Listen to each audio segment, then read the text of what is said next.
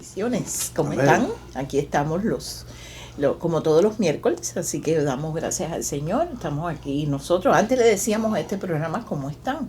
Le pedimos opiniones a ustedes, pero ha habido muchas opiniones encontradas. Ahora quedó miércoles con los pastores. Bueno, yo me encuentro bien.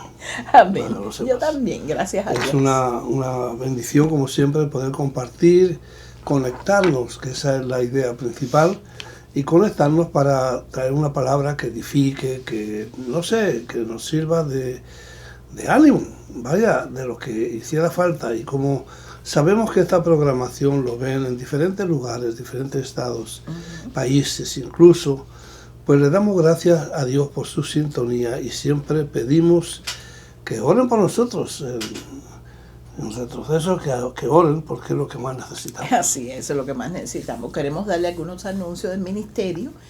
Y bueno, sabemos que estamos en marzo, ya empezó el mes de la primavera, hay muchas cosas sucediendo, ya cambiaron la hora, así que estamos de nuevo en el horario de verano, el horario que se oscurece más tarde, así que se puede aprovechar de hacer muchas cosas más, especialmente en los jardines y todas esas cosas. El día 31 de este mes de marzo vamos a honrar a las damas, a todas las mujeres, desde la más chiquitita hasta la más anciana, porque fue el día 8, el mes internacional de la mujer, el Día Internacional, pero se celebra todo el mes.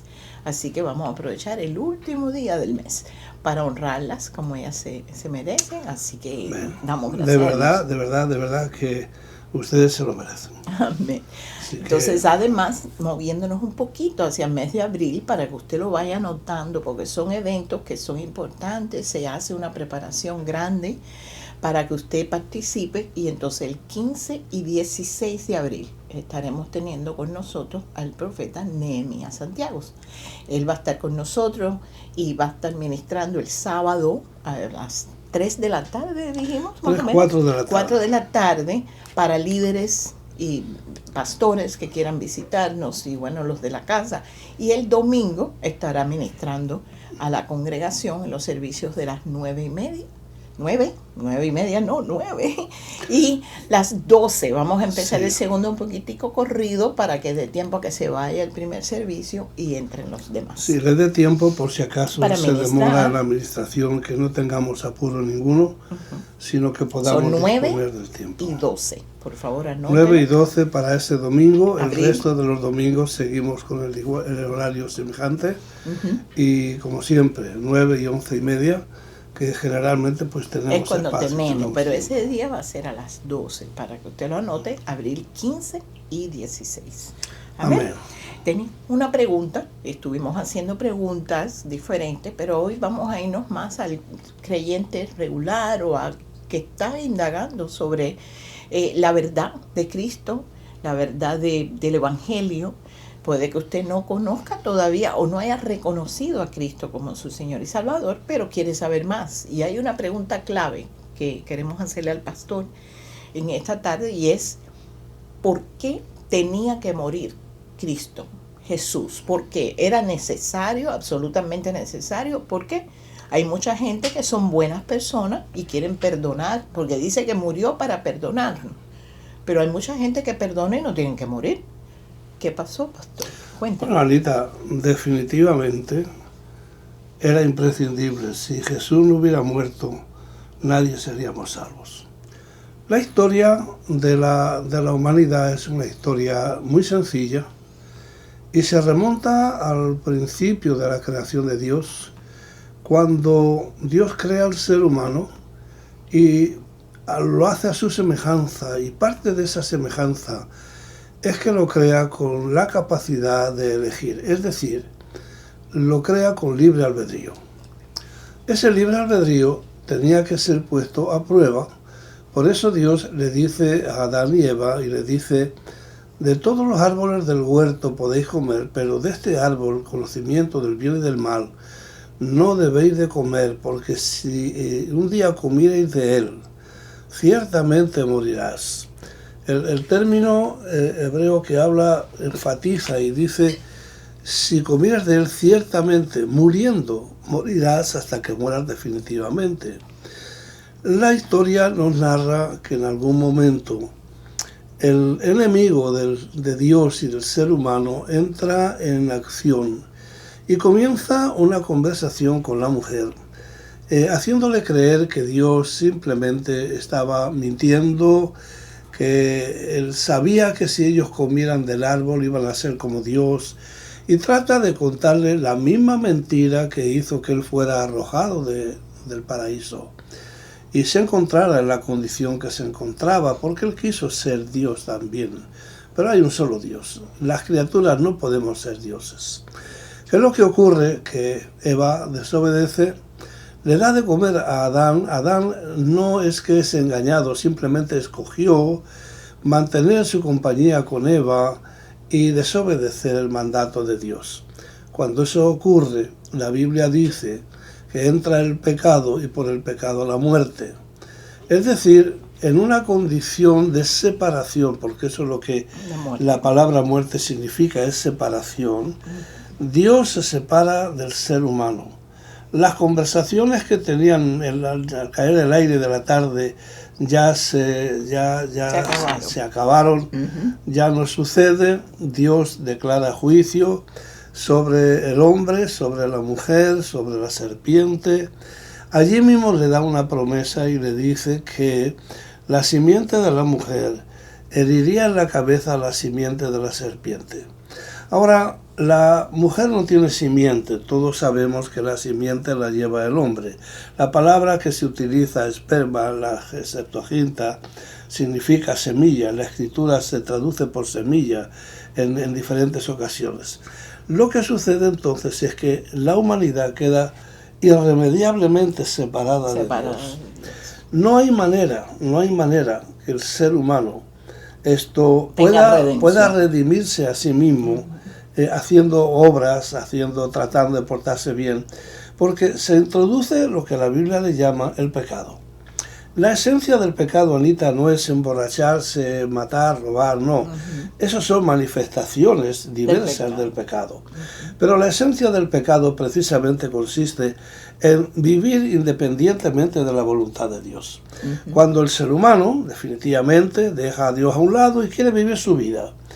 La Biblia enseña que la maldad del hombre crece tanto y tan rápidamente que ya en el libro de Génesis capítulo 6 hasta Dios se arrepiente de haber creado al hombre, porque se da cuenta que los pensamientos, las imaginaciones del hombre desde su juventud son constantemente el mal. Entonces Dios toma la decisión y quiere raer al hombre de sobre la faz de la tierra y derrama un juicio basado en un diluvio universal, pero hay una familia llamada Noé que haya gracia ante los ojos de Dios. No es que Noé no pecaba, es que simplemente halló gracia. Primera vez en la Biblia que la palabra gracia la encontramos como un acto no merecido, pero un acto de Dios. Amén. Ellos son los que se meten en el arca, una pareja de animales. Primero de entrar, yo pienso que hay una cosa bien bonita, es que Noé obedeció a lo que Dios le mandó a hacer. Bien. Porque ahí empieza el escoger esa familia como la que fuera, porque él le obedeció. Noé decidió, usando su libre albedrío, de obedecer a Dios. No vamos a entrar en detalles para no alargar esto. Simplemente viene el diluvio, todo el mundo muere, excepto Noé, sus hijos y las esposas de sus hijos. El pecado no deja de ser. Noé, para el diluvio, siembra una viña y se emborracha. Y uno de sus hijos ve la desnudez de su padre. No vamos a entrar en detalles de esto porque no vale la pena. Lo que quiero decir es que el pecado continúa. Y Dios decide no a castigar al hombre otra vez basado en eso, y Dios dice que ciertamente los años del hombre son tantos y esto no tiene arreglo. Y hace un pacto, la señal del pacto es lo que se llama el arco iris. Cuando lo vemos, termina la lluvia y vemos ese arco, es una señal de un pacto que Dios hizo con el hombre de no volver a castigar al mundo a través del agua. El apóstol Pedro dice que Dios la tiene reservada para el fuego.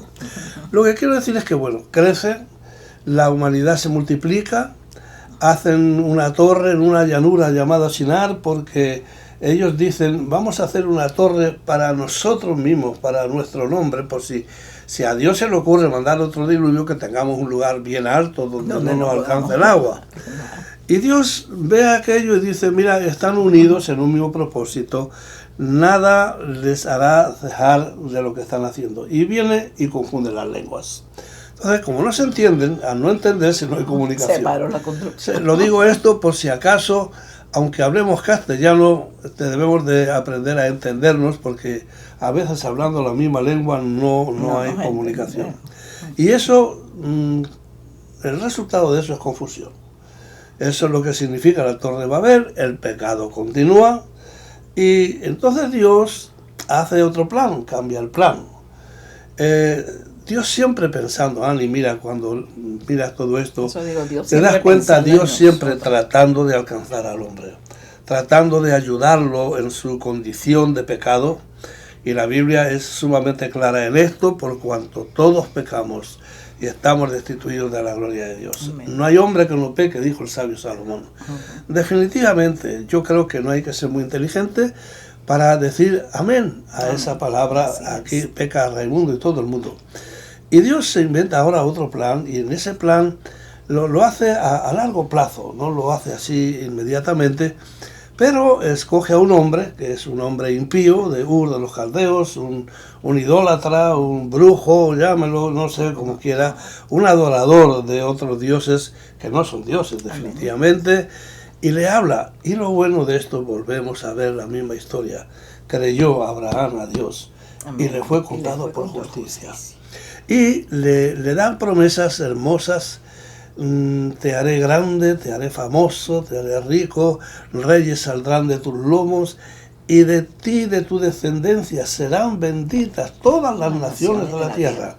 Eso equivale a la promesa que Dios hizo en el huerto de que la simiente de la mujer todavía no ha sucedido.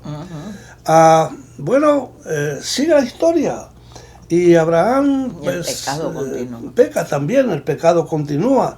Todo el mundo peca, una civilización totalmente pagana, ajena a Dios, y había este hombre que había escuchado a Jehová y le obedece, porque esta va a ser la clave de todo. Cuando Dios encuentra a un hombre que le obedece, a través de ese hombre Dios puede llevar a cabo su plan. Su propósito. Alguien que ha decidido no hacer su propia voluntad, sino la voluntad del que le habló, del que se supone que es el único Dios verdadero. Bueno, a través de eso, pues ya usted conoce la historia. Abraham tiene Isaac, Isaac tiene Jacob, y luego de ahí salen 12 hijos más, se forman las 12 tribus, hay una hambruna, llegan a Egipto, para no morir de hambre, pasan 400 años. Y ahí se forma una nación. Llega un tiempo entonces donde Moisés, que estaba por ahí, por la tierra de Madián, se casó, tiene 2 hijos, y se había olvidado completamente del deseo que tuvo a los 40 años de ser el libertador del pueblo de Israel. Eso fue un cuento gallega, se lleva el gran chasco, huye de Faraón y se queda con Jetro, su suegro, se casa con la hija mayor, tiene 2 hijos, y ahí está criando ovejas allí.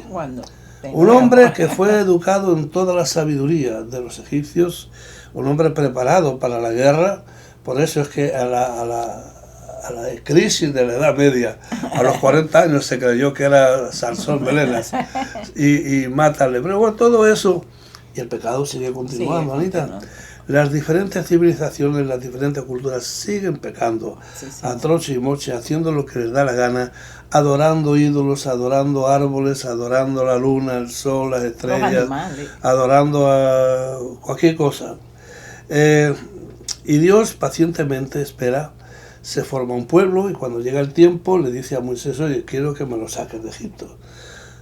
Todos conocen generalmente, por lo menos los que están un poquito familiarizados con la Biblia, de que a Dios le costó sacar al pueblo de Egipto por la testarudez de Moisés. No quería. Pero al final Moisés vuelve otra vez, obedece lo que Dios le dice y saca al pueblo de Egipto. se abre el Mar Rojo, eso no se había visto. Nunca. Dios manda plagas increíblemente, o sea, vieron el poder de Dios y aún así no pienses que convencieron al pueblo mucho. El pecado continúa y la razón la vemos cuando terminan de cruzar el mar, todo el mundo cantando, feliz, alegrándose. 3 días después ya estaban protestando y tenían sed. Y llegan al desierto, ven un charco de agua allí más o menos y está el agua amarga, no sirve, y ya están cuestionando a Dios. A Moisés, el pobrecito, dice, me van a apedrear en cualquier momento. Y Dios le dice, echa este árbol al agua y el agua se endulza, otro milagro más. Siguen caminando unas cuantas millas más, había allí un oasis magnífico, pero el pueblo sigue quejándose contra Dios. Dios entonces les da una especie de cereal, que todos los días amanecía y todo el mundo podía coger lo necesario. Si cogía además, se podía. Se echaba a perder. Entonces no podían coger para acumular para el día siguiente. Tenían que todos los días coger parte del cereal que iban a comer. Si algo les sobraba, no servía para el día siguiente. Y al pueblo no le gusta. Era una señal de la provisión diaria. Les da Dios, ¿verdad? una provisión saludable. Yo digo que era un cereal porque eran como escamitas, copos o algo así, diariamente fresquitos, como el pan caliente. No se envejece la ropa, no se le hinchan los pies, no se le rompen los zapatos. Y yo digo, todavía, no, estoy cansado de esto ya, yo quiero carne. Y todo eso era producto del mismo pecado. Del pecado. Y Dios se mosquea, o sea, porque la paciencia de Dios no es eterna, déjame decirle al público. No es eterna, hay otras cosas que el amor de Dios es eterno, pero su paciencia no es eterna. Llega un punto donde ya se cansa y les manda codornices, le hace llover codornices allí hasta 4 pies del piso. En el momento que la comen, empiezan serpientes a aparecer, empiezan a matar. Hebreos allí quedaba a gusto. Y Dios tiene que crear otro plan. Se arrepienten, pero de nuevo el pueblo vuelve a pecar. Y entonces Dios determina, cuando ya llegan a punto les ha prometido una tierra donde van a reposar, descansar. Cuando llegan a punto de recibir la tierra, ¿qué? Mandan espías, recorren aquello y lo que vienen es hablando mal de Dios. Nos van a matar. Allá hay gigantes, allí hay gente aguerrida, allá hay ciudades amuralladas. Nosotros no tenemos experiencia de guerra. Vamos a volvernos a Egipto de nuevo. 2 personas nada más, Josué y Caleb, son los que le creen a Dios, se levantan para tratar de parar el temor que le estaban metiendo al pueblo, no lo consiguen. Entonces Dios dice, ok, muy bien, 40 años dando vueltas aquí y dando tumbos aquí. Sí lo estuvo, dando vueltecitas por el desierto, la nube de fuego, la columna de nube. Pecado continúa. Es pecado, sí. Entonces Dios había inventado un sistema de ofrendas, le manda a hacer un tabernáculo, eso es para un sacerdocio, y le manda una serie de rituales para que los continuaran, para que los grabaran, les da una serie de leyes allá en el monte Sinaí, no solamente los 10 mandamientos, le da 613 mandamientos. Y Dios se mete en todos los aspectos de la vida, cómo vestir, qué comer, cómo cortarse el pelo, cómo tratar a los esclavos, con quién casarse. Todo, ¿por qué? Porque Dios quiere formar un pueblo diferente. El mundo entero estaba corrompido hasta las narices y Dios quiere formar un pueblo para sí. Quiere formarle aparte, le da leyes saludables, leyes santas, leyes buenas.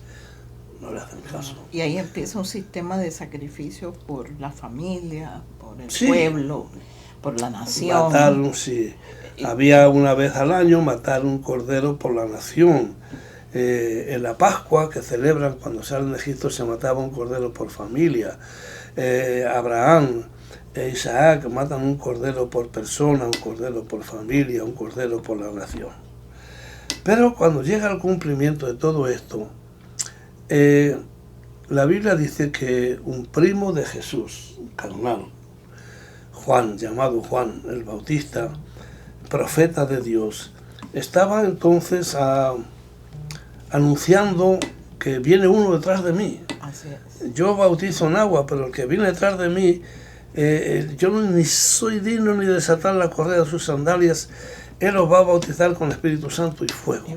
Y cuando lo ve, Juan el Bautista dice: he aquí el Cordero de Dios que quita el pecado del mundo. Amén. Ya no hay más nada, porque no hay pecado en la luna, sino el pecado del mundo. O sea, este personaje llamado Jesús, el Cristo, el Hijo de Dios, el mero mero. Amén. Ahí Dios inicia un nuevo trato con el ser humano. Todo esto es por la gracia de Dios. Todo el mundo peca. Los sangre de machos cabríos, de corderitos, no me quitan el pecado.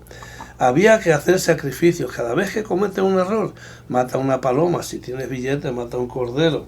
Mata al burro, no lo podían matar porque era un animal muy apreciado. Pero tienes que hacer un sacrificio, una ofrenda de algo. Constantemente. Y eso lo tienes que estar repitiendo, porque la sangre de los machos cabrillos, de los toros, no quita la conciencia del pecado. El sumo sacerdote, todos los años, tenía que hacerse primero por él y después por la nación.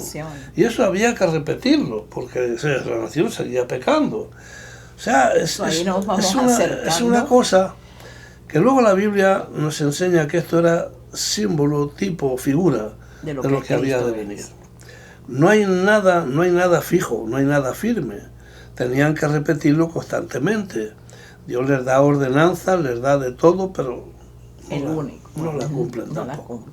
Ahora viene el Cordero de Dios. Amén. ¿Qué es lo que hace el Cordero de Dios? Que se ofrece a sí mismo y da su vida por los pecados de la humanidad. De la humanidad entera. De la humanidad entera. Entonces, cuando Él muere en la cruz, la deuda con Dios está pagada. Y tiene que ser Él, porque Él era el que no había pecado. Mira, te explico esto. Toda ofensa tiene una gravedad o una levedad dependiendo a quién se le hace la ofensa. A ver, yo he estado en el servicio militar. Si yo le digo al cabo, idiota, es una cosa, pero si le digo al capitán, idiota, esa tiene otro tipo de castigo. El pecado es una ofensa contra Dios. Directamente hacia Dios. Por eso es que esa ofensa no podía ser satisfecha por un toro, un macho cabrío, ni por un hombre siquiera. Tenía que ser alguien de la misma naturaleza, alguien de la misma categoría, luego solamente Dios pudiera satisfacer la ofensa hacia Dios. ¿Cómo es eso? Bien. La otra parte es que el que va a pagar la ofensa tiene que representar al hombre. Exacto, tiene que haber humanidad en él. Claro, tiene que ser un hombre porque va a pagar el pecado por todos los hombres. Entonces, ¿dónde encontramos eso, Ani? La Biblia dice. La Biblia dice esto, que Dios se hizo hombre. Y en él, en Cristo, se conjugan dos naturalezas en una misma persona. 100% hombre, 100%. Entonces, Dios satisface la deuda con Dios, pero a la vez es hombre y representa a la humanidad debidamente. Y la Biblia dice que él fue probado en todo, mas no pecó. Mas sin pecado.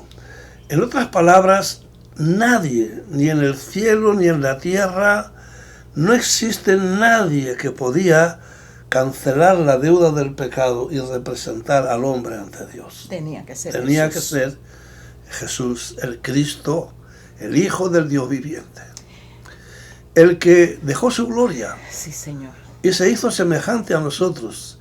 El que siendo rico se hizo pobre para que en su pobreza nosotros fuésemos enriquecidos. Amén. El justo pagó por los injustos para que su justicia pudiera ser imputada a todo ser humano por la fe. Así es. Porque mira, Ani, la gracia de Dios tiene su origen en el amor de Dios. El amor. De tal manera amó Dios al mundo. En su misericordia, en su lo amó de tal manera, porque a veces la gente tiene la idea de un Dios castigador, de un Dios severo, de un Dios que es como el policía que me mete una multa en cuanto me descuide que me está algo. vigilando para... No, Dios no es así. Dios ama a sus criaturas. Las ha hecho a su propia imagen y semejanza. Ni los ángeles tienen la imagen Y de les da Dios. oportunidades y después los salva. Mira, que estás viendo este programa, es la historia de amor más grande que Así se pueda es. decir. No hay otra Es lo más historia. precioso. No ha habido poeta, cantante, escritor que haya concebido una historia más hermosa que la que estamos contando. De hecho, las historias más bonitas que se pueden contar es simplemente cuando una persona de lo más bajo, Dios la levanta y la hace sentar con los príncipes. De este mundo. Esa es la historia de la redención. Lo más vil, lo peor, lo más débil, es lo que Dios escogió para avergonzar a los fuertes y a los sabios. Y esas personas fueron representadas ante ese pecado por lo más precioso del cielo. Así es. Lo más bello del cielo, lo que más lindo hay en el cielo, el Hijo de Dios. Tomó tu lugar y tomó mi lugar. Tenía que ser Él. Por eso, Anita, es absolutamente necesario. Fíjate cuando en el libro de Apocalipsis, capítulo 5, Juan está allí y hay Dios sentado en el trono y tiene un rollo en la mano y dice un anciano, le dice a Juan, mira, no se ha hallado nadie capaz de tomar el libro y abrirlo, porque ahí se encerraba proféticamente el final de los acontecimientos. Y Juan se pone a llorar y el anciano se le acerca y le dice, no llores, el león de la tribu de Judá ha vencido. Amén. Y a él se le ha otorgado no solamente que tome el libro, sino de abrirlo y abrir proféticamente el fin de las edades. Y el camino a nuestra salvación. Y cuando Juan mira, ve un corderito degollado, un corderito, un lechal pequeño, degollado, pero el anciano habla de él como el león de la tribu de Judá, dando a entender que murió como cordero. Él es el que dio su vida, el que ofreció su vida por los pecados de la humanidad. Pero en el otro aspecto era el león que venció la muerte, que venció al diablo, que venció a los demonios, que venció al pecado, que venció a la carne, al mundo. Que ha vencido al mundo. Pues eso dice el apóstol Juan. ¿Quién es el que ha vencido al mundo? Sino el que cree que Jesucristo es el Hijo de Dios. Amén. Cuando eso sucede, cualquier persona, donde quiera que estés, si tú creyeras esto, ¿por qué fue necesario que Jesús muriera? ¿Será que cometió un suicidio o algo así? No, para nada en absoluto. Nadie le quita la vida. Él la dio por sí mismo porque Él tenía el poder de deshacerse de ella y de volverla a tomar. La dio voluntariamente, cargó tu pecado y mi pecado, para que por la fe en Él nosotros podríamos ser declarados justos, justificados por la gracia de Dios y la fe en Cristo Jesús nuestro Señor. No había otra manera. El plan de salvación, el plan de redención, ordenado por Dios, y ha sido efectivo en todo lugar. Hay gente, yo no sé cómo llamarlo, Ani, que dicen que la cruz fue un fracaso.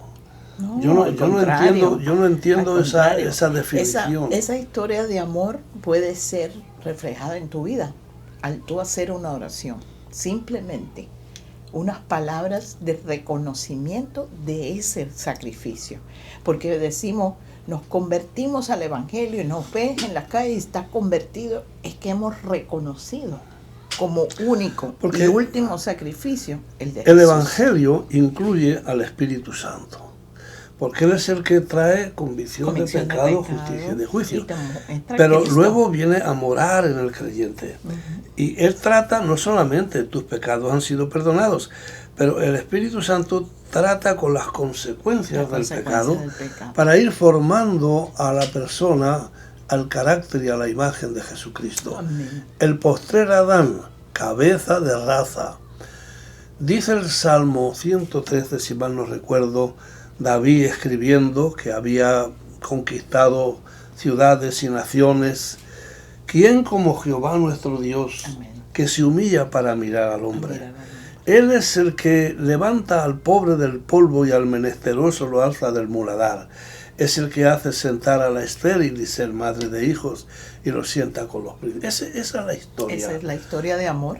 De amor de nuestro Dios. De parte de Dios, dándonos el regalo más precioso que de hecho vamos a celebrar en estos próximos días, esa Semana Mayor, según se llama tradicionalmente, donde recordamos nuevamente ese sacrificio y sobre todo esa resurrección, porque dice la Biblia que de él no haber muerto Jesús y resucitado, vana sería nuestra fe. Así es. Por eso es que la fe de nosotros está basada en él. Si estás escuchando esta reflexión y todavía tú no has tomado la decisión de invitar personalmente a Jesús, en tus propias palabras, en el lugar donde estés, invítalo, pídele perdón por tus pecados. Amén. Y pídele que entre en tu corazón tal como está.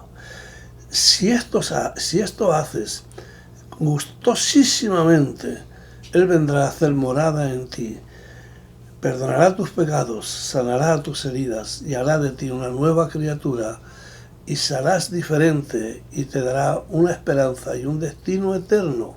Amén. A su lado. Amén. Se nos fue el tiempo. Se nos fue el tiempo. Ya está. Dios les bendiga. Nos vemos la próxima semana. Amén. Amén.